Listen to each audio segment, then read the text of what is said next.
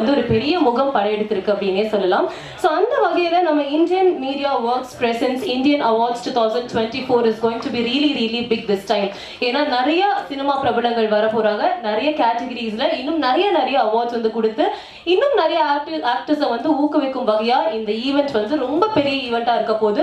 So நம்மளோட Indian awards 2024 எந்த தேதியில நடக்க போகுது அப்படிங்கிற டேட் அனௌன்ஸ்மெண்ட்டை இன்னைக்கு நம்ம வந்து இந்த ஈவெண்ட்ல அறிவிக்க போறோம். அது மட்டும் இல்லாம நான் ஆல்ரெடி சொன்ன மாதிரி இந்த மாதிரி ஈவெண்ட்ஸ் ஃபேஷன் ஷோஸ்னு ஆரம்பிச்சு இப்போ ஒரு பெரிய படையெடுத்து ப்ரொடக்ஷன் ஹவுஸ் வரைக்கும் நம்மளோட இந்தியன் மீடியா ஒர்க்ஸ் வளர்ந்து நிக்குது. ஸோ ஒரு தளபதி ரசிகரா ஆரம்பிச்ச ஜான் அமலன் இப்போ தயாரிப்பாளரா நம்ம தமிழ் சினிமா இண்டஸ்ட்ரிக்குள்ள காலடி எடுத்து வைக்க போறாரு. ஸோ அதுக்கு ஒரு பலத்த கைத்தட்டல். அண்ட் பர்சனலா நிறைய பேருக்கு தெரிஞ்சிருக்கும் அவங்களோட டிராவல் பண்றவங்களுக்கு எவ்வளோ தடைகள் எவ்வளோ பிரச்சனைகளை தாண்டி இன்னைக்கு இந்த ஒரு மிகப்பெரிய விஷயம் வந்து பண்ணிட்டு இருக்காங்க அப்படின்னு சொல்லிட்டு. ஸோ அதுக்கு ஒரு பெரிய கங்க்ராச்சுலேஷன்ஸ். ஏன்னா இவ்வளோ வருடம் கன்சிஸ்டண்டா ஒர்க் பண்ணி இது நடத்துறது அப்படிங்கிறது ஒரு சாதாரண விஷயமே கிடையாது. ஸோ இந்த ப்ரொடக்ஷன் ஹவுஸ் ஏன் எதுக்கு அப்படிங்கிறது எல்லாமே அவர் வந்து உங்கள்கிட்ட வந்து பேசுவாரு.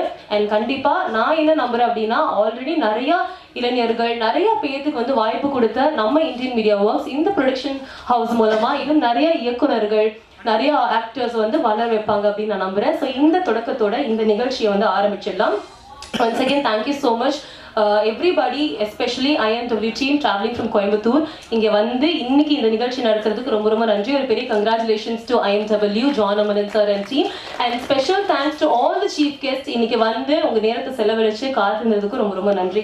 So without any delay நம்ம வந்து எல்லாத்தையுமே மேடை கழிச்சிடலாம். So first நான் சொன்ன மாதிரி நம்ம தளபதி ரசிகரா ஆரம்பிச்சு இப்ப தயாரிப்பாளரா நிறைய தடைகளை தாண்டி இன்னைக்கு இந்த இடத்துல உட்கார்ந்துட்டு இருக்காங்க. ஸோ அவரை வந்து மேடை கழிச்சிடலாம். இன்னைக்கு ஹீரோ ஆஃப் த டே அப்படின்னு கூட சொல்ல முடியும். ஜான் அமலன் அவர்களை மேடை கழிச்சிடலாம். ப்ளீஸ் ஸ்டேஜுக்கு வாங்க ஒரு பலத்த கைத்தட்டலோட. அண்ட் அவங்களோட இணைஞ்சு அவங்களோட குட்டி பாப்பா ஜானியா லயோனா அவங்களும் வர போறாங்க. ஸோ ஒரு அழகான தேவதை மாதிரி இந்த நிகழ்ச்சி ஆரம்பிக்கிறதுக்கு ஒரு கியூட் பேபி அப்படின்னே சொல்லலாம். Thank you so much.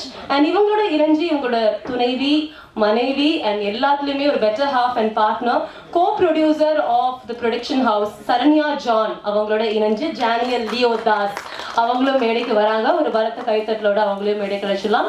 அண்ட் வந்து நான் வந்து அவங்களோட படிச்சிருக்கேன். ஸோ என்னோட ஃப்ரெண்டு ஒரு கோ ப்ரொடியூசர் அப்படிங்கும் போது அது நான் தொகுத்து வழங்குறதை விட ஒரு பெரிய ஒரு மகிழ்வான ஒரு தருணம் வந்து எதுவுமே இருக்காது அப்படின்னு நான் நினைக்கிறேன்.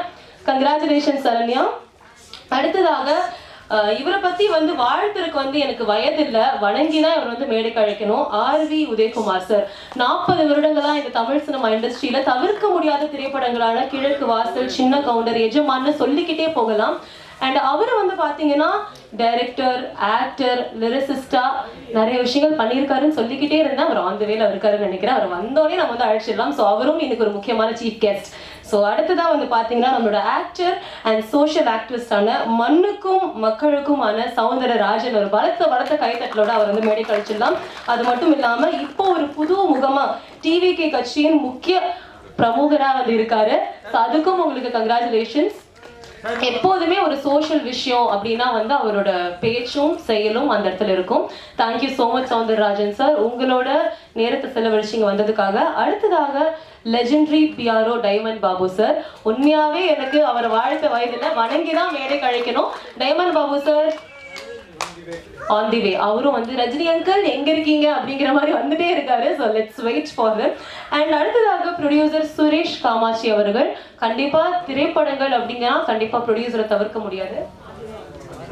அவரும் ஆன் தி வேல இருக்காரு நினைக்கிறேன். இயக்குநர்களுக்கு ஒரு மிகப்பெரிய ஒரு விஷயம் தயாரிப்பாளர்கள். அப்படி ஒரு தயாரிப்பாளர்களை தேடி போய் கண்டுபிடிக்கிறது கொஞ்சம் சிரமமான விஷயம்தான்.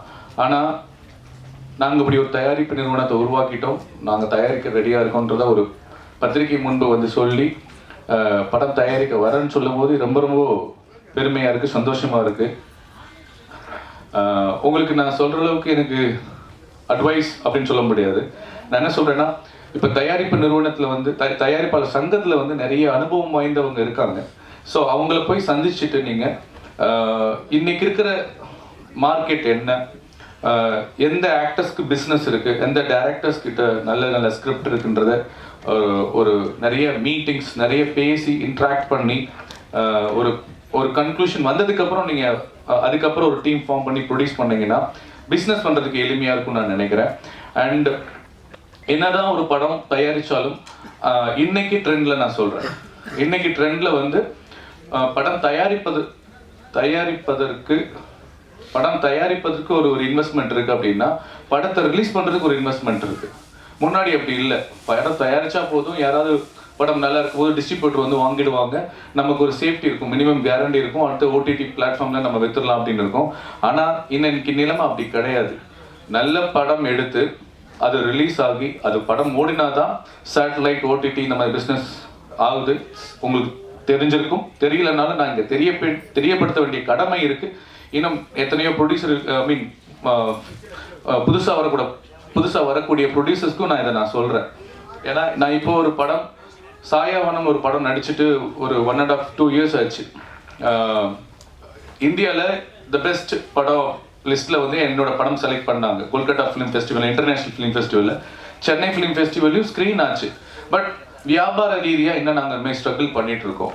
அது உண்மைதான், அதை ஒத்துக்கிட்டு தான் ஆகணும். இன்னைக்கு மக்களுக்கு நமக்கு பிடிக்கிற படத்தை எடுக்கிறத விட, நமக்குன்னா டெக்னீஷியன்ஸ், ஆக்டரோ இல்லை ப்ரொடியூசரோ இல்லை டைரக்டரோ நமக்கு பிடிக்கிற படத்தை எடுக்கிறத விட இன்னைக்கு மக்களுக்கு பிடிக்கிற படத்தை எடுக்கிறது தான் புத்திசாலித்தனம். ஏன்னா இது வியாபாரம்.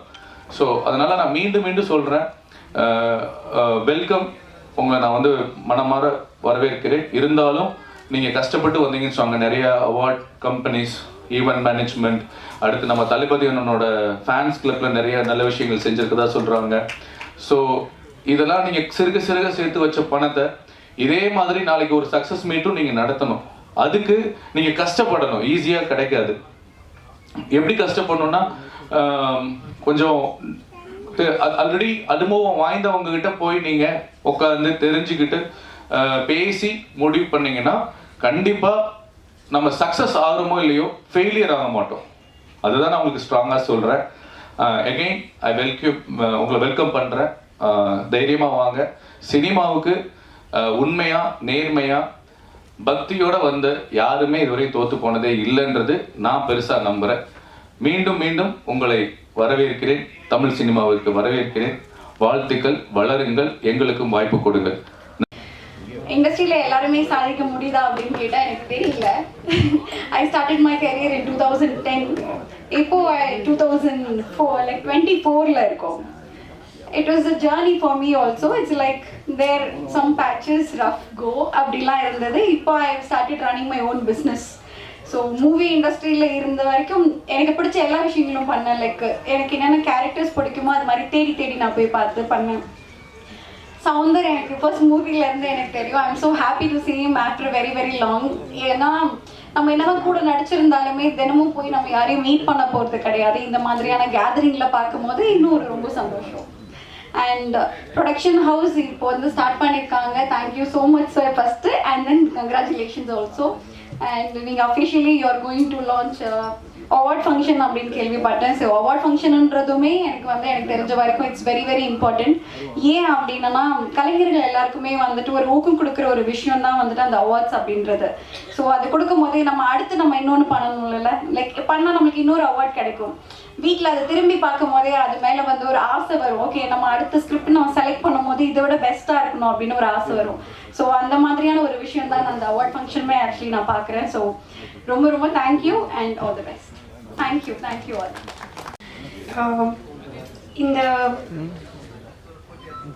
இந்த இன்னைக்கு பண்ணிட்டு இருக்கிறதுல ஒரு ரொம்ப பெரிய விஷயம் என்ன இருக்குன்னா, என்னோட ரொம்ப நல்ல ஃப்ரெண்டு நண்பர் ஜான்.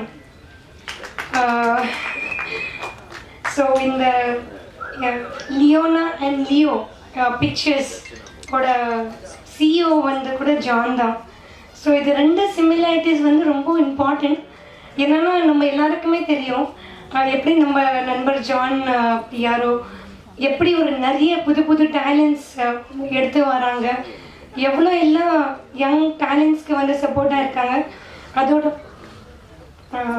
அதோட ரொம்ப பெரிய உதாரணம் வந்து இன்னைக்கு நம்மளோட சுரேஷ் சுகு அண்ட் தர்மராஜ் பிஆர்ஓ.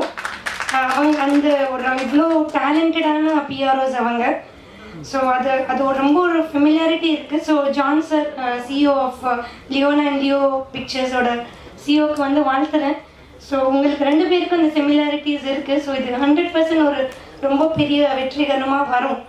சொல்லிட்டு ஸோ நீங்கள் நிறைய புது டேலண்ட்ஸ்க்கு எல்லாம் வாய்ப்பு கொடுத்துட்டு இருக்கீங்க கூட நான் கேள்விப்பட்டிருக்கேன். ஸோ சந்தோஷம் அதுக்காக. ரெண்டாவது விஷயம் என்னென்னா, மீடியா எடுத்து வந்தீங்கன்னா மீடியா வந்து ரொம்ப ஒரு ரெஸ்பான்சிபிளான விஷயம். ஏன்னா இவங்க இந்த ரொம்ப பியூட்டிஃபுல்லான விஷயம் என்னென்னா, இது வந்து இந்தியா மீடியா ஒர்க்ஸ்ன்னு சொல்லிட்டு லான்ச் பண்ணியிருக்காங்க.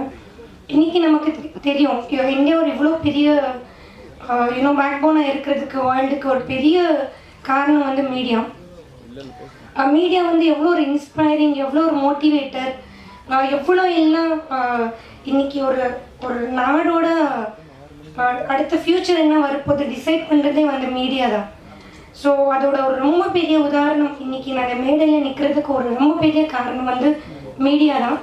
ஏன்னா நான் அப்படி ஒரு ஆர்டிக்கல் அவங்க போடலைன்னா இன்னைக்கு நான் ஒரு இப்படி ஒரு பிளேயர் இந்தியா ரெப்ரசென்ட் பண்ணது வந்து வெளில வந்திருக்காது. எனக்கு இந்த மாதிரி வாய்ப்பு இன்னும் நான் வளர்கிறதுக்கு காரணமே வந்து மீடியா தான். இன்னும் சொல்ல போனோன்னா மீடியாவும் மக்களும் தாயும் தகப்பன் போல. மீடியா வந்து ஒரு எப்படி ஒரு தாய் வந்து குழந்தைய வந்து காட்டுதோ உலகத்துக்கு, ஸோ மக்கள் வந்து அவங்களுக்கு தகப்பன் மாதிரி. ஸோ நாங்கள் இன்னைக்கு நிற்கிறதுக்கு காரணமே வந்து மீடியா தான். இதோட முழுக்க காரணம் வந்து மீடியா தான். ஸோ இந்த மீடியா ஹவுஸ் வரும்போது ஒரு பெரிய ரெஸ்பான்சிபிலிட்டி வருது. ஸோ ஜான்சன் நீங்கள் கன்ஃபார்மாக அதை நல்லபடியாக எடுத்து போவீங்கன்னு நம்புகிறோம். ஏன்னா மீடியான்னு ஒரு வார்த்தை இருக்காங்க. அதோட டபுள் போனஸ் என்னென்னா இந்தியன் மீடியான்னு சொல்லிட்டு இருக்குது. ஒரே ஒரு தாய்மனோட ஒரு இன்னும் கேட்குறேன், உங்ககிட்ட ரிக்வெஸ்ட் பண்ணுறேன் ஜான் சார் கிட்ட. இன்னும் நம்ம நாடக கலைஞரும் அவார்ட்ஸ் வரும்போது நிறைய அவார்ட்ஸ் ஃபங்க்ஷன்ஸ் வந்து நம்ம பார்க்குறோம், நல்லா என்ஜாய் பண்ணுறோம்ல. பட் நம்ம நாடக கலைஞரும் தொழில்நுட்ப கலைஞர்களை ஒரு ஸ்பெஷல் கேட்டகரியாக இன்னொரு அவார்டு கூட நீங்கள் கூட சேர்த்திங்கன்னா இன்னமும் வந்து அது ரொம்ப நல்லா இருக்கும். நம்ம அவார்ட்ஸ் எல்லாமே ஆஸ்கர்ஸ் அளவுக்கு வந்து முடியும். நம்ம தியேட்டர் ஆர்டிஸ்ட்க்கும் நம்மளோட டெக்னீஷியன்ஸ்க்கும் இன்னும் எக்ஸ்ட்ரா நீங்கள் அவார்டு கொடுத்தீங்கன்னா அது ரொம்பவே நல்லா இருக்கும். So thank you so much Suresh சுகுக்கும் தர்மதுரைக்கும் என்னை கூப்பிட்டதுக்கு ரொம்ப நன்றி. Thank you. It's a wonderful day today. Sorry for being late. Wishing the function a grand success. Thank you so much. பேசிட்டு போயிட்டாரு. ஒரு வித்தியாசமான ஒரு நிகழ்வு. இப்போ பொதுவாகவே வந்து புதுசாக படம் எடுக்க வர்றவங்க டக்குன்னு நம்மளை நான் தான் முதலாளின்னே சொல்லிக்க மாட்டாங்க. ரொம்ப பிஹைண்டில் இருப்பாங்க. ரொம்ப பின்னாடி இருந்து நல்ல டைரக்டர்கள் வச்சு இது பண்ணி ஒரு படத்தை ரொம்ப சிரமப்பட்டு அல்லது நிறைய பொருட்செலவோட அப்படி எடுத்து அது வந்து ஒரு நல்ல நிலைமைக்கு வந்த கடைசியில் அப்படி ஸ்டேஜில் வந்து உட்கார்ந்து டைரக்டர் நல்லா கோஆப்ரேட் பண்ணார், நடிகர்கள் கோஆப்ரேட் பண்ணார் அப்படின்லாம் சொல்கிறத நம்ம பார்த்துருக்கோம். ஆனால் ஒரு தயாரிப்பாளர் நான் தயாரிக்க போகிறேன் அப்படின்னு ஒரு கம்பெனியை லான்ச் பண்ணுற ஃபங்க்ஷன் இந்த முதல் ஃபங்க்ஷன் இருக்காங்க. தம்பி ஜான் அமலன் அவர்களுடைய தைரியத்தை நான் பாராட்டுறேன். வி ஆல் வெல்கம் ஆன் பிகாஃப் ஆஃப் ஆல் ஆஃப் அஸ். திரைப்பட இயக்குனர் சங்கத்தின் சார்பாக சரி, தமிழ் திரைப்பட தொழிலாளர் சம்மேளனத்தின் சார்பாகவும் சரி, தமிழ் திரைப்பட நடிகர் சங்கத்தின் சார்பாகவும் சரி, தமிழ் திரையுலகத்தின் கட்டி காத்து கொண்டிருக்கிற எங்கள் தமிழ் பத்திரிகையாளர்கள் சார்பாகவும் சரி, உங்களை சிறந்த திரைப்படங்கள் எடுக்கும் ஒரு வல்லமை பெற்ற ஒரு கம்பெனியாக உங்கள் கம்பெனியை லான்ச் பண்ணுறதுக்கு எனது மனமார்ந்த வாழ்த்துக்களை நான் தெரிவித்துக் கொள்கிறேன். ரெண்டாவது ஒரு சுயநலம் இருக்குது. அவர் எங்கள் ஊருக்காரர். பொதுவாக கோயம்புத்தூர்காரங்க ஏதாச்சும் வித்தியாசமாக பண்ணணும்னு நினைப்பாங்க. So you started a different உங்களுடைய பிஸ்னஸ்லேருந்து வந்து வேறு ஒரு பிஸ்னஸ்க்கு வரீங்க. சினிமா வந்து ஒரு நியாயமாக பண்ணணும் அப்படின்ட்டு முதல்ல ஒரு கம்பெனியை நான் லான்ச் பண்ணுறேன், நான் சினிமா எடுக்க போகிறேன் அப்படின்னு மார்தட்டி சொல்லிக்கூடிய உங்கள் தைரியத்துக்கு எனது மனமார்ந்த வாழ்த்துக்கள். கை தர அவர் தான் தைரியமாக இருக்காரு. கை தட்டுறதுக்கு என்னப்பா தைரியம் வேணும், ரொம்ப அடிக்க வேண்டியது. ஜான் அமலன் என்னுடைய நண்பருக்கு நண்பர். நான் சந்தித்திருக்கிறேன் அவரை. நிறைய ஈவெண்ட்ஸு கோயம்புத்தூரில் இன்னும் பல இடங்களில் அவர் நிறைய ஈவெண்ட்ஸ் பண்ணுறதுல ரொம்ப சிறந்த கெட்டிக்காரர். அவர் நிறைய விஷயங்கள் பண்ணுறாரு. ஒரு தைரியசாலி. அவருக்கு எல்லாம் வல்ல இறைவன் லார்ட் ஜீசஸ் கண்டிப்பாக உங்களுக்கு துணை இருப்பார். நிச்சயமாக இந்த லியோனா அண்ட் லியோ பிக்சர்ஸ் மிகப்பெரிய ஒரு நிறுவனமாக வளர வேண்டும். சிறந்த இயக்குனர்களை தேர்ந்தெடுங்கள். இங்கே நல்ல இளைஞர்கள் எல்லாம் பிரமாதமான விஷயத்தோடு அலைகிறாங்க. இங்கே தேடி கண்டுபிடிங்க. பாருங்கள், அழகழகான ஹீரோயின்ஸு 2 பேர் வந்திருக்காங்கன்னா அதே ஒரு பெரிய விஷயம். இன்னைக்கு திறமைகள் நிறைய இருக்குது. அந்த திறமைகள் எல்லாம் அழகாக ஒருங்கிணைச்சு நம்ம என்ன எடுக்க போகிறோம், யாருக்கு இது போய் சேரப்போகுது, அதுக்கு என்ன முதலீடு, அதுலேருந்து நம்ம பாக்கெட்டுக்கு திருப்பி எவ்வளோ சேரப்போகுதுன்ற இலக்கையெல்லாம் சரியாக நீங்கள் டேபிளில் உட்காந்து டைரக்டர் யாராக இருந்தாலும் சரி அதை கரெக்டாக ஒரு கணக்கு போட்டு நீங்கள் வாழ்க்கையை ஆரம்பிக்கணும். திரையுலகத்தை பொறுத்தவரை சிறந்த திரைப்படங்கள் இன்னைக்கு கூட ஒரு மலையாள திரைப்படம் ஒரு 4 லாங்குவேஜில் பண்ண திரைப்படம் ரொம்ப சிறப்பாக வந்திருக்குன்னு அந்த பத்திரிகை நண்பர்கள் அவங்களுடைய விமர்சனத்தில் அப்படி புகழ்ந்து எழுதியிருக்காங்க. ஒரு படத்தை பற்றி ஜிப்ராவா 2 படமும் பாருங்க, எல்லாம் ஒரு கை தட்டுங்க. ஏன்னா ஒரு சிறந்த, அதனால பாருங்க, அவங்க யாருக்கு உறவுக்காரங்க கிடையாது. அந்த டைரக்டர் இவங்களுக்கு சொந்தக்காரங்க கிடையாது, தயாரிப்பாளர்கள் சொந்தக்காரங்க கிடையாது. ஆனால் ஒரு சிறந்த படைப்பை நீங்கள் தயாரிப்பீர்கள் என்றால் அதை கொண்டு போய் சேர்க்கிற முதல் ஆட்களாக எங்கள் நண்பர்கள் பத்திரிகை நண்பர்கள் நாங்களும் இருக்கோம். நம்ம ஒவ்வொரு படமும் கொஞ்சம் பிட்டா போட்டு அதையே பாராட்டிட்டு இருக்கிறோம். ஒரு 4 ஷாட்டை கட் பண்ணி போட்டு இந்த படத்தை பற்றி பேசுங்கம்மாங்க. அந்த 4 ஷாட்டை பற்றி நம்ம 4 மணி நேரம் 3 மணி நேரம் இந்த மேடையில் உட்காந்து பேசுவோம் பாருங்க. எவ்வளோ பெரிய மனசோடு நாங்கள்லாம் காத்து கொண்டிருக்கணும். என்னுடைய நண்பர்களும் பாவம், எத்தனை நாள் தான் இப்படியடா பேசுவீங்கன்னு இவங்க கேள்வி கேட்குறதும் நாங்களும் அதை விடாமல் பேசிக்கிட்டே இருப்போம்னு சொல்கிறதும் வழக்கமாக இருக்குது. ஆனால் அந்த திரைப்படம், உங்கள் திரைப்படம் மற்றவங்க பேசும்படியான படமாக இருக்கணும். நல்ல விதமாக அற்புதமான படம்னு அனைவராலும் பாராட்டப்படுகிற படங்களை மட்டுமே தயாரிக்க வேண்டும் என்ற குறிக்கோளோடு நீங்கள் இருக்க வேண்டும் என்று நான் அன்போடு கேட்டுக்கொள்கிறேன். ஸோ இந்த நிறுவனம் எனக்கு என் தம்பி சாய் எங்கே, அவர் எங்கே அழகா என்ன எங்கள் பின்னாடியே இருக்கு. அங்கேயும் அப்படிதான் ஜி தொலைக்காட்சியில் இவர் தான் எல்லாமே, ஆளே 4 அழகுராஜா. அவருக்கு ஒரு கை தட்டுங்க. அவர் மிகச்சிறந்த இயக்குனர். பெரிய பெரிய நடிகர்களையே காசு இல்லாமல் கொண்டாந்து நிறுத்தக்கூடிய வல்லமை பெற்றவர். அதனால் அவரை பிடிச்சி வச்சுக்கங்க. அவர் நல்ல சிறந்த அவர் தான் காலையிலேருந்து என்னை தொல்லை பண்ணி, ஏன்னா ஒரு நாளாவது டைம் கொடுக்க வேண்டாமா, இல்லைன்னா எனக்கு டைம் இல்லை. என் நண்பர் அவர் சார் நல்லா தெரியும் பா, ஆளை விடு, நான் வந்துடுறேன் அப்படின்னேன். ஆக எல்லாம் நல்ல இதயங்கள் ஒன்றிணைந்திருக்கிறது. சவுந்தர் வந்திருக்கு என் தம்பி. அவர் மிக அருமையான நடிகர். அவரே மலையாளத்தில் ஒரு படம், மிகச்சிறந்த படம் பண்ணியிருக்கார். ஸோ நிறைய நல்ல கலைஞர்கள், நிறைய பேர்த்துக்கு வேலை இல்லாமல் இருக்கிற கலைஞர்கள் கூட இருக்கிறாங்க. 2 விஷயம் இருக்குது சார். நல்லா இவரை போட்டால் வியாபாரமாகன்னு போட்டு அவசரமாக ஒரு படத்தை எடுத்தால் அது வியாபாரமாகிறது இல்லை. ஒரு நல்ல கதை, நல்ல கண்டென்ட் எடுத்துகிட்டு அதுக்காக உண்மையாக உழைத்தீர்கள் என்றால் அதில் வரக்கூடிய முகங்கள் பெரிய பெரிய ஒரு ஹீரோ அந்தஸ்துள்ள முகமாக மாறிவிடுகிறது. இதுதான் சினிமா. நான் முதல்ல இயக்குனராக இருக்கும்போது எப்படி என்னை எல்லாம் வரவேற்றாங்க. நம்ம ஒழுக்கமாக வேலை செஞ்சால் மட்டும்தான், நம்ம நேர்மையாக இருந்தால் மட்டும்தான் நம்ம படைப்புகள் நேர்மையாக இருக்கும். அதே மாதிரி உண்மையாக உழைக்கக்கூடிய நல்ல இளைஞர்களை தேர்ந்தெடுத்து படங்களில் நடிக்க வையுங்கள்.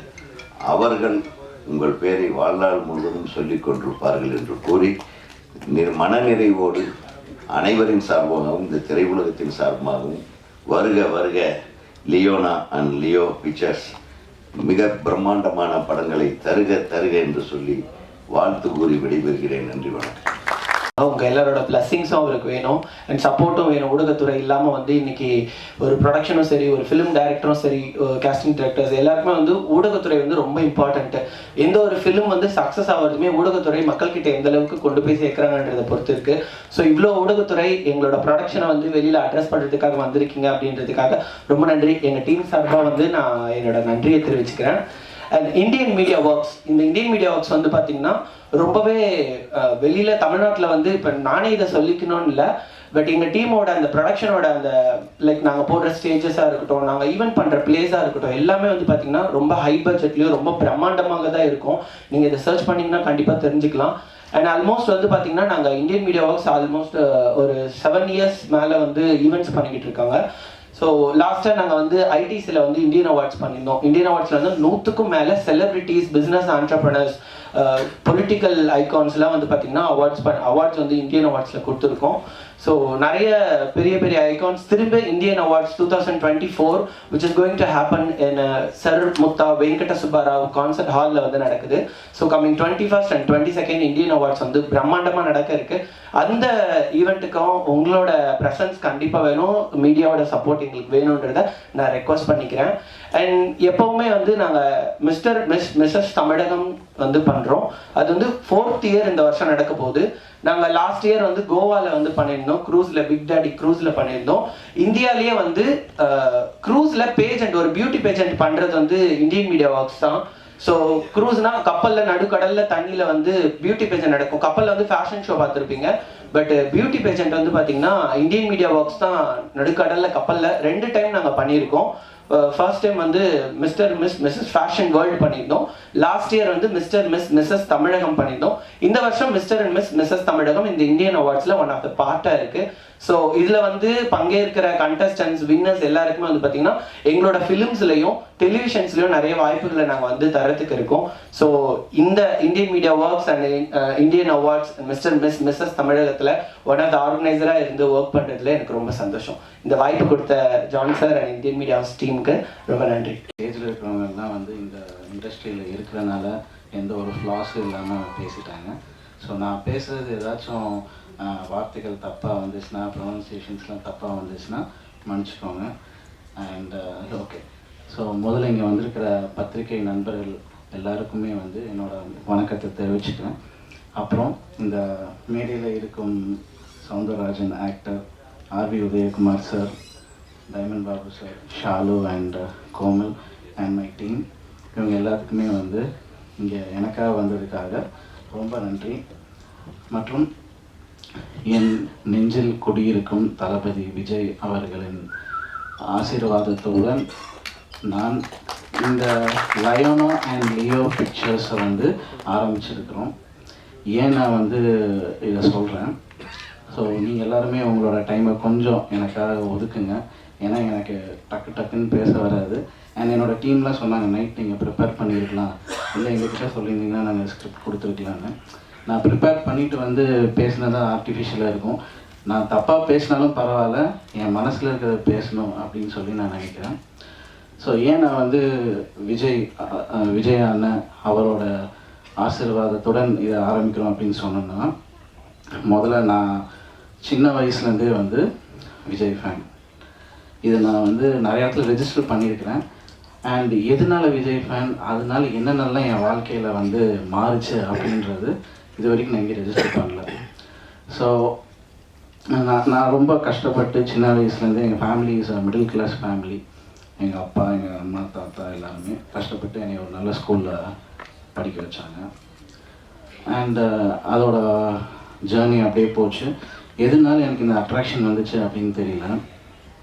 எனக்கு விஜய் சார் வந்து அவரோட படங்கள் எல்லாமே வந்து ரொம்ப பிடிக்க ஆரம்பிச்சிச்சு. On screen and off screen. ரொம்ப காலேஜ் படிக்கிற டைம்ஸ்லாம் வந்து பார்த்திங்கன்னா ஒரு அடிக்ஷன் சொல்லலாம், அப்படி இருந்துச்சு. அண்ட் நான் மெக்கானிக்கல் இன்ஜினியரிங் படித்தோம். அடுத்த வருஷம் சிவில் இன்ஜினியரிங் ஏன் மெக்கானிக்கல் இன்ஜினியரிங் படிச்சுட்டு அடுத்த வருஷம் சிவில் இன்ஜினியரிங்னா எக்ஸாம் எழுத போகல.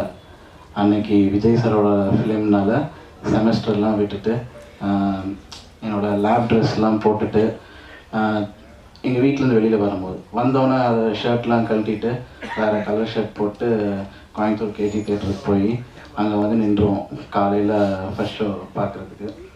ஸோ இந்த மாதிரியான ஒரு ஃபேன்.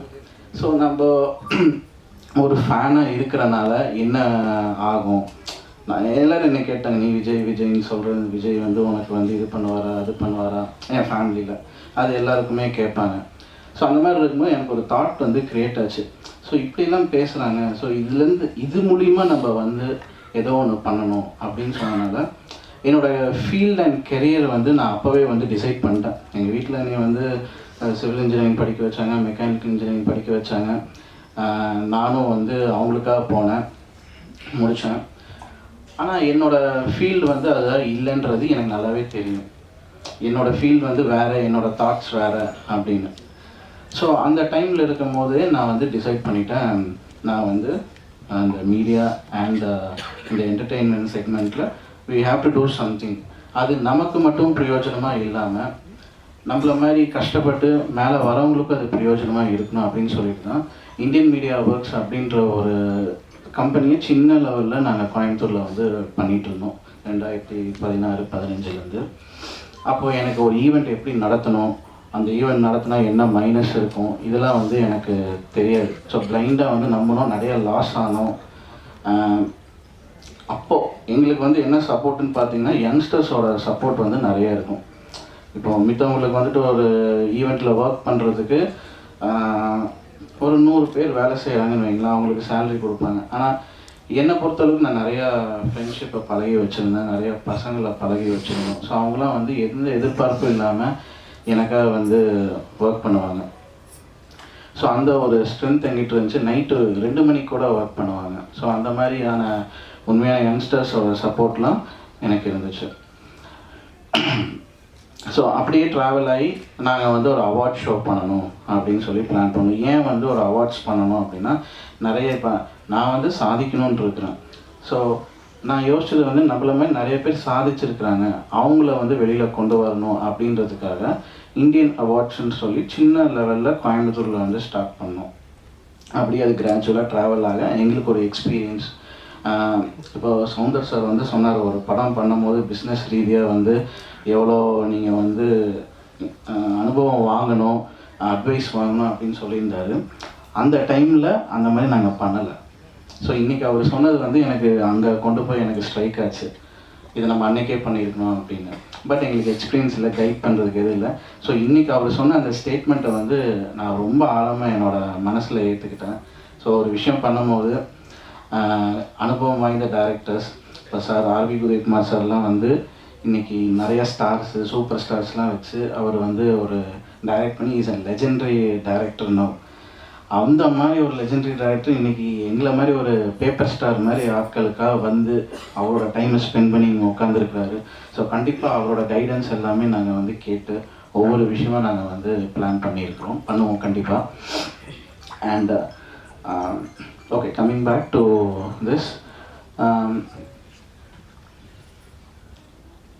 அந்த இந்தியா அந்த சின்னதாக நாங்கள் பண்ணி ஓகே நம்ம ஒரு 2021 சென்னையில் என்ட்ரு ஆகிறோங்க. சென்னையில் என்ட்ரு ஆகும்போது பார்த்திங்கன்னா பயங்கரம் வந்து காம்படிஷன்ஸு, பயங்கரம் பாலிட்டிக்ஸு, யாருமே நம்மளை வந்து மேலே வர விடலை. யாருமே இருந்ததுன்னா Chennai is a place it welcomes every one. But அதுலேயும் சில தடைகள் இருக்கும் இல்லையா, எல்லா பாதையுமே வந்து ரெட் கார்பெட்டில் இருக்காது, முள் செடிகள்லாம் நிறைய இருக்கும். அதில் நடந்து தான் நாங்கள் வந்து இங்கே வந்தோம். அப்போ பார்த்திங்கன்னா நிறைய பேர் மேலே வர விடலை. நீ என்ன மேலே வர்றது, நாங்கள் ஆல்ரெடி இருக்கிறோம் அப்படின்னு. நான் சொல்கிறது வந்து சினி இல்லை, நான் சினிக்கு இப்போ தான் வரேன், ஃபேஷன் இண்டஸ்ட்ரி, இந்த அவார்ட்ஸ் இண்டஸ்ட்ரி அப்படின்னு. அப்போது அதெல்லாம் நான் வந்து ஃபேஸ் பண்ணிவிட்டு அந்த ஸ்ட்ரகிள்லாம் இது பண்ணி அப்போ நான் ஒரு டிசைட் பண்ணேன், ஓகே நம்மள மாதிரி நிறைய பேர் இங்கே வந்து சார் சொன்னால் நிறைய இளைஞர்கள் வந்து நிறைய விஷயங்களை வச்சுட்ருக்குறாங்கன்னு. அப்போ அந்த மாதிரி இளைஞர்களுக்கெலாம் நம்ம கை கொடுக்கணும் அப்படின்னு சொல்லிட்டு அந்த டைமில் எங்கள் கூட உதவி பண்ண அத்தனை பேருக்கும் நாங்கள் வந்து இது பண்ணோம். நாங்கள் ஒரு ஈவெண்ட் பண்ணால் அந்த ஒரு ஈவெண்ட்டில் பிரித்து நிறைய ஈவெண்ட் கம்பெனிஸ்க்கு வந்து ஒர்க் கொடுப்போம். ஏன்னா எல்லோரும் வந்து இது பண்ண அந்த ஒர்க்கை நாங்களே பண்ணலாம். பட் இருந்தாலும் we wanted to expand the business and profits for all the families இந்த ஈவெண்ட் இண்டஸ்ட்ரியில். ஸோ அந்த மாதிரி நாங்கள் ஸ்ட்ராட்டஜியில் பண்ணோம். அண்ட் நான் வந்து ஒரு தெளிவாக இருந்தேன், என்ன ஆனாலும் நம்ம வந்து இங்கே நின்னே ஆகணும் அப்படின்னு. அதில் ஓவர்டேக் பண்ணி அன்னைக்கு யாரெல்லாம் எங்களுக்கு அகென்ஸ்டாக இதெல்லாம் நீங்கள் பண்ணக்கூடாது அப்படின்னு சொன்னாங்களோ இன்றைக்கி அவங்களும் எங்களுக்கு ஒர்க் பண்ணுறாங்க. அந்த மாதிரி ஒரு இது. அண்ட் நாங்கள் வந்து பார்த்தீங்கன்னா மிஸ்டர், மிஸ் அண்ட் மிஸ்ஸஸ் தமிழகம்னு சொல்லிட்டு ஒரு பியூட்டி பேஜெண்ட் வந்து பண்ணுவோம் வருஷம். இது 4th இயர். ஸோ அதெல்லாம் பண்ணிகிட்டு இருக்கும்போது சரி இங்கே நிறைய இருக்குது, நம்ம தமிழோட பெருமையை வந்து வெளியில் கொண்டு போகணும் அப்படின்னு நான் வந்து யோசித்தேன். அப்போ பார்த்திங்கன்னா கலைஞரோட 100வது பிறந்தநாளை முன்னிட்டு நாங்கள் வந்து என்ன பண்ணோம், சரி இதை கோவாவில் செலிப்ரேட் பண்ணணும் அப்படின்னு நான் ஒரு பிளான் போட்டு நல்லா ஒரு ஆர்கனைஸ்லாம் பண்ணி வச்சோம். அப்போ பார்த்திங்கன்னா ஒரு பொலிட்டிக்கல் ப்ராப்ளம் என்னென்னு பார்த்தீங்கன்னா நார்த் இந்தியாஸ் தமிழ்நாடுக்கு இல்லை ஒரு பொலிட்டிக்கல் ப்ராப்ளம் நடந்துச்சு. அப்போ எப்படி நம்ம போய் பண்ணுறது அப்படின்னு சொல்லி ஒரு இது இருந்தாலும் பரவாயில்ல போவோம் அப்படின்னு நான் தனியாக ஒரு 4-5 பேர் மட்டும்தான் ஆர்கனைசிங் டீம்லேருந்து கோவாவில் போய் ஒரு 20 days இருந்து அந்த ஷோவை பிளான் பண்ணோம். அண்டு அங்கே பார்த்தீங்கன்னா நம்ம தமிழ்நாட்டிலே நம்மளை வந்து மேலே வர விடாமல் பண்ண ஒரு காலங்களில் இருக்கும்போது அங்கே அதுக்கு மேலே யாருமே எங்களை வந்து சப்போர்ட் பண்ணவே இல்லை. இப்போ நான் வந்து ஒரு ஷிப்பை புக் பண்ணேன். ஒரு ஷிப்பை புக் பண்ணால் ஒரு இன்வெஸ்ட்மெண்ட் என்னென்னு உங்களுக்கு தெரியும். அப்போ அந்த ஷிப்பை புக் பண்ணிவிட்டு நான் வரேன், அடுத்த 2 நாள் அந்த ஷிப்லேருந்து எனக்கு கால், சாரி சார் எங்களுக்கு வந்துட்டு வேறு ஒரு கமிட்மெண்ட் இருக்குது, நாங்கள் உங்களோடதை வந்து பண்ண முடியாது. என்னையை நம்பி நிறைய கண்டஸ்டன்ஸ் எல்லாமே ட்ரெயின் டிக்கெட்ஸ், ஃப்ளைட் டிக்கெட்ஸ், அவங்க ஃபேமிலி எல்லாமே வந்து புக் பண்ணி வர ஆரம்பிச்சிட்டாங்க அந்த ஷோவுக்கு. ஸோ அங்கே இருக்கிற அந்த லோக்கலில் அந்த பெரிய ஆட்கள்லாம் இருப்பாங்கல்ல அந்த ஈவெண்ட் இண்டஸ்ட்ரியில், அவங்களாம் வந்து நம்மளை உள்ளே விடுறதுக்கு அவ்வளோ யோசிச்சு பயங்கர இது. அப்புறம் என்ன நடந்தாலும் எனக்கு வந்து பார்த்திங்கன்னா நான் ஒரு விஷயத்தில் நம்புவேன், நான் உண்மையாக இருக்கிறேன், நான் நேர்மையாக பண்ணணும்னு நினைக்கிறேன். அது சென்னையோ கோவாவோ இல்லை லண்டனோ எங்கே இருந்தாலும் நான் உண்மையாக இருந்தால் ஏதோ ஒரு மிராக்கிள் நடக்கும், மேலே இருக்கிறவன் பார்த்துக்குவான்னு சொல்லிட்டு நான் நம்பினேன். ஸோ அப்படி ஒரு டைமில் எனக்கு ஒரு கனெக்ட் கிடச்சிச்சு. அந்த கனெக்ட் வந்து ஒரு டெல்லியில் ஒரு கனெக்ட் கிடச்சிச்சு. அவங்கக்கிட்ட பேசணும். எந்த ஷிப்லேருந்து என்னை ஃபோன் பண்ணி நீங்கள் பண்ணக்கூடாதுன்னு சொன்னாங்களோ அதே ஷிப்லேருந்து என்னை கூப்பிட்டாங்க. அண்ட் எந்த பர்சன் வந்து எங்களுக்கு வந்துட்டு நீங்கள் பண்ணக்கூடாதோ அப்படின்னு சொன்னாங்களோ அந்த பர்சனே அன்றைக்கி வந்து ஷிப்பில் வந்து எங்களுக்காக வந்து ஆர்கனைஸ் பண்ணி கோஆர்டினேட் பண்ணாங்க. அண்ட் அங்கே இருக்கிற பொலிட்டிக்கல் பீப்புள் எல்லோரும் வந்து எனக்கு சப்போர்ட் பண்ண ஆரம்பித்தாங்க. ஸோ இதை நான் ஏன் வந்து இதை சொல்கிறேன்னா, இப்போது டைரக்டர் சார் வந்து சொன்னார் ஆல்மைட்டி லார்ட் ஜீசஸ்னால உங்களுக்கு எல்லாமே நல்லபடியாக நடக்கும்னு. ஸோ அதை நான் லைஃப்பில் நிறைய இடத்துல உணர்ந்துருக்கேன். ஸோ அந்த மாதிரி ஸ்ட்ரகிளில் நான் வந்து முடிவு பண்ண ஒரே ஒரு விஷயந்தான், நான் எங்கே போனாலும் நம்ம வந்து பின்வாங்க மாட்டேன். நம்ம வந்து நமக்காக நிறைய பேர் இருக்கிறாங்க. இந்த இப்போ நாங்கள் ப்ரொடக்ஷன் ஹவுஸ் ஸ்டார்ட் பண்ணுறதே வந்து பார்த்திங்கன்னா என் கூட சின்ன வயசுலேருந்து ட்ராவல் பண்ணுறவங்க நிறைய பீப்புள் இருக்கிறாங்க டேலண்ட்டோட. ஸோ அவங்களுக்கெல்லாம் ஒரு ஃப்யூச்சர் கொடுக்கணும் அண்ட் அவங்கள மாதிரி நிறைய கலைஞர்கள் இருக்கிறாங்க அப்படின்னு. அண்ட் ஏன் ப்ரொடக்ஷன் ஹவுஸை ரிவீல் பண்ணணும் அப்படின்னா, இப்போ நிறைய ப்ரொடக்ஷன் கம்பெனிஸ் வந்து ஜஸ்ட் ஒரு ஃபேஸ்புக்கில் ஒரு இன்ஸ்டாகிராமில் போஸ்ட் பண்ணிவிட்டு அதை தப்பாக வந்து பயன்படுத்திக்கிறாங்க. ஸோ நாங்கள் வந்து we wanted to be very straight forward. அதனால இது வந்து நாங்கள் வந்து அஃபிஷியலாக அனௌன்ஸ் பண்ணணும் அப்படின்னு நினச்சிட்டு லயோனா அண்ட் லியோ பிக்சர்ஸை வந்து நாங்கள் வந்து இன்றைக்கி உங்கள் முன்னாடி அனௌன்ஸ் பண்ணுறோம். ஸோ இது வந்து பார்த்திங்கன்னா எல்லோரும் லியோன்னு சொன்னாங்க. It is actually call Leona and Leo pictures. And லயோனான்றது என்னோட பொண்ணோட பேர், லியோன்றது வந்து என் பையனோட பேர். அண்ட் என் பையன் பேர் வந்து ஜானியல் லியோ தாஸ். ஸோ எனக்கு வந்து விஜய் சாரோட நான் விஜய் சாரோட மன்றத்தில் இல்லைங்க, அவரோட கட்சியில் இல்லை, ஆனால் தூரத்துலேருந்து அவரை ரசிக்கிற ஒரு சின்ன வயசுலேருந்து அவருக்காகவே வாழ்ந்துட்டுருக்கிற ஒரு ஃபேன். ஸோ என்னோடய லைஃப்பில் எல்லா இடத்துலையும் அவரோட கனெக்ட் இருக்கணும். என்னோடய காலேஜ் டேஸில் கனெக்ட், என்னோடய ட்ராவலில் கனெக்டு, இப்போது என்னோடய ஃபேமிலிலேயே ஒரு கனெக்ட் ஆகணும் அப்படின்னு சொல்லிட்டு நான் என்னோடய பையனுக்கு வந்து ஜானியல் லியோ தாஸ்ன்னு பேர் வச்சேன். அண்ட்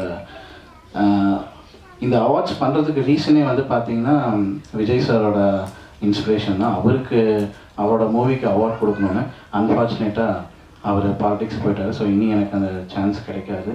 பட் மேபி அவரை வச்சு ப்ரொடியூஸ் பண்ணுறதுக்கும் சான்ஸ் கிடைக்காது.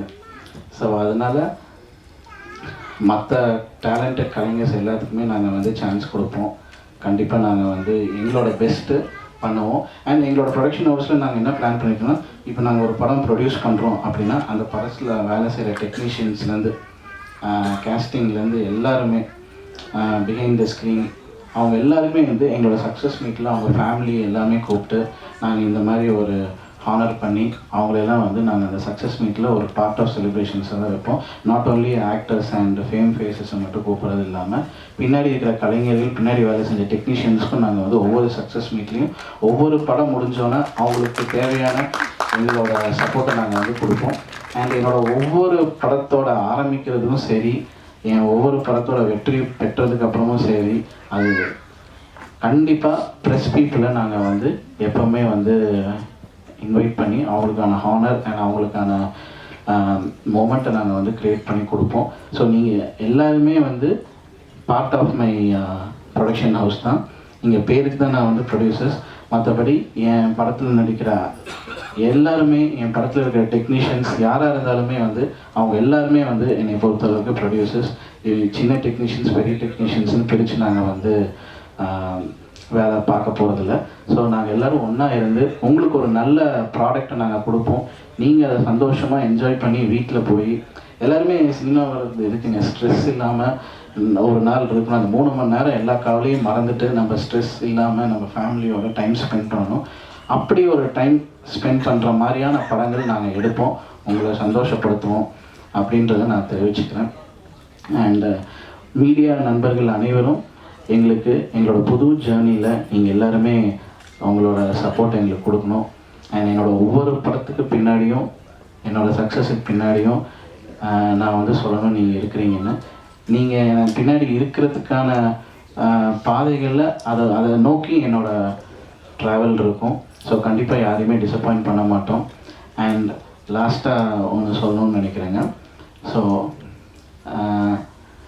நிறைய லைஃப்பில் எனக்கு அப்டக்கிள்ஸ் அண்ட் ட்ரபிள்ஸ் இருந்திருக்கு. அதில் ஒவ்வொரு விஷயமும் நடக்கும்போது வந்து என்னோடய விஜய் அண்ணனை நான் நினச்சிக்குவேன். ஆனால் அவரோட ஆரம்ப காலத்தில் அவர் எவ்வளோ கஷ்டங்கள், எவ்வளோ கிரிட்டிசிசம் ஃபேஸ் பண்ணாருன்னு. ஸோ அதை நான் மனசில் நினச்சிட்டு ஒரு இன்ஸ்பிரேஷனாக நான் வந்து அவர் எடுத்திருக்கிறேன். அது போக என்னோடய கூடவே இருந்து என்னோடய கஷ்டங்கள் எல்லாருமே ஷேர் பண்ணேன். இன்றைக்கி நான் இங்கே இவ்வளோ சக்ஸஸ்ன்னு சொல்ல முடியாது, பட் இவ்வளோ பாசிட்டிவாக நான் நிற்கிறேன் அப்படின்னா அதுக்கு என்னோடய ஒய்ஃப் மட்டும்தான் காரணம்.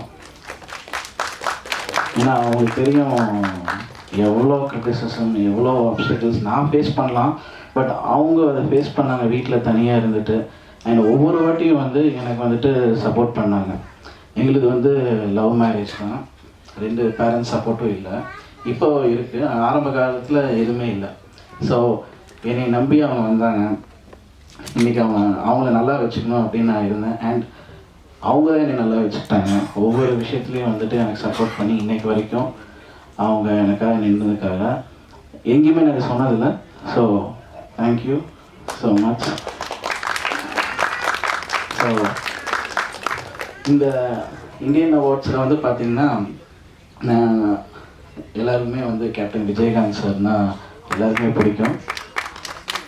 அண்ட் அதே மாதிரி நான் எப்படி விஜய் சாரை வந்து ஒரு இன்ஸ்பிரேஷனாக சின்ன வயசுலேருந்து இருந்தனோ, அந்த சின்ன வயசுலேருந்து நான் விஜயகாந்த் சாரை பற்றி நிறைய கேள்விப்பட்டிருக்கேன். அவர் என்னென்ன பண்ணியிருக்கிறாரு, இது பண்ணி கேப்டன் சாரும் எங்கள் அப்பாவும் வந்து பக்கத்து வீடு ஒன்றா விளையாடி இருக்கிறாங்க. அண்ட் இன்றைக்கி கூட எங்கள் அப்பாவோட ஃபேமிலி எல்லாருமே அவங்களுக்கு தெரியும். ஸோ அந்த மூமெண்ட்டை அவனை க்ரியேட் பண்ணணும், அவருக்கு ஏதோ நான் வந்து ட்ரிபியூட் பண்ணணும் அப்படின்னு நினைக்கும் போது இந்த வருஷத்துலேருந்து ஒவ்வொரு இயரும் எங்களோட இந்தியன் அவார்ட்ஸில் கேப்டன் விஜயகாந்த் அவார்ட் அப்படின்ற ஒரு டைட்டிலில் ஒருத்தங்களுக்கு நாங்கள் வருஷம் ஒவ்வொரு கலைஞர்களுக்கு அவார்ட்ஸ் கொடுக்கணும்னு நாங்கள் நினைக்கிறோம். இது விஷயமா பிரேமலதா மேடம் அவங்களையும் பார்த்து நாங்கள் வந்து சந்தித்து பேசினோம். நல்லபடியாக அந்த சந்திப்பு நடந்துச்சு. அது மட்டும் இல்லாமல் இன்னொரு வெற்றிகரமான விஷயம் என்னன்னு பார்த்தீங்கன்னா, நிறைய ஆக்ட்ரஸ் ரஜினி சார்லேருந்து இன்றைக்கி விஜய் சார் நிறைய பேரை வந்து இந்த சினிமா இண்டஸ்ட்ரியில் வந்து அவங்கள அறிமுகப்படுத்திய டைமண்ட் பாபு சார் வந்து அவருக்கு நாங்கள் வந்து ஒரு ட்ரிபியூட் பண்ண, அவர் வந்து 40 வருஷம் ஆச்சுங்க. ஏன்னா இந்த சென்னை வந்து 2-3 வருஷத்துலேயே நிறைய யோசிச்சிருக்காங்க எப்படி வந்து இங்கெல்லாம் வந்து இந்த ஃபீல்டில் நிற்கிறாங்க, அதுக்கு எவ்வளோ கட்ஸ் வேணும் அப்படின்னு. 40 வருஷம் ஒருத்தர் வந்து இவ்வளோ ஸ்ட்ராங்காக இவ்வளோ ஹம்பிளாக நான் இந்த மாதிரி பார்த்ததில்ல.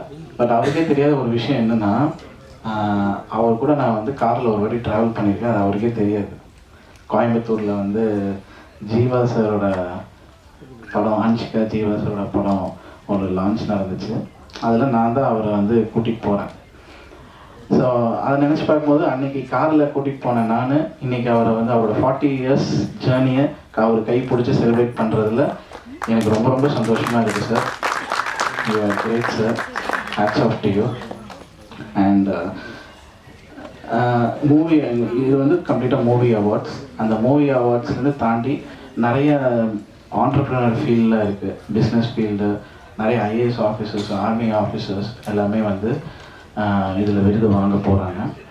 அண்ட் நாங்கள் வருஷம் வந்து ஒரு வெல்ஃபேர் பண்ணுவோம். லாஸ்ட் இயர் நாங்கள் கோவாவில் பண்ணும்போது ஆட்டிசம் கிட்ஸுக்கு நாங்கள் வந்து ஃபண்டு கலெக்ட் பண்ணி கொடுத்துருந்தோம். அதில் வர ஃபண்ட்ஸில் அதே மாதிரி இந்த வருஷம் வந்து பார்த்திங்கன்னா சில்ட்ரன் டெவலப்மெண்ட்டுக்கும் அண்ட் ஆர்மி மிலிட்ரியில் வந்து உயிரிழந்த வீரர்களின் குடும்பங்களுக்கு எங்களால் முடிஞ்ச நிதி உதவியை அன்னைக்கு ஒரு சில பீப்புளோட கைடன்ஸில் அன்றைக்கி ஸ்டேஜில் நாங்கள் வந்து கொடுக்க போகிறோம். அண்ட் ஸோ ஐ ஹோப் நான் எல்லாமே கவர் பண்ணி பேசியிருக்கிறேன்னு. அண்ட் எங்கேயாச்சும் நான் வந்து அண்ட் கைல் சார் வந்து என்னோடய ஃபேஸ்புக் ஃப்ரெண்டு, அது அவருக்கே தெரியாது.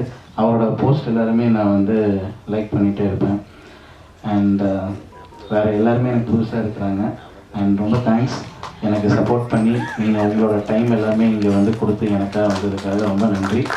கண்டிப்பாக உங்களை, நம்ம மக்களை, நம்ம தமிழ்நாட்டை பெருமையாக்குற மாதிரி ஆன விஷயங்களில் மட்டும் நாங்கள் ஈடுபட்டு செயல்படுவோம். ரொம்ப நன்றி. Thank you every one. அகைன் இந்த ஸ்டேஜில் எங்களுக்காக டைம் ஸ்பெண்ட் பண்ணி வந்திருக்கிற அனைத்து கலைஞர்களுக்கும் என்னோட மனமார்ந்த நன்றியை நான் தெரிவிச்சுக்கிறேன். தேங்க்யூ.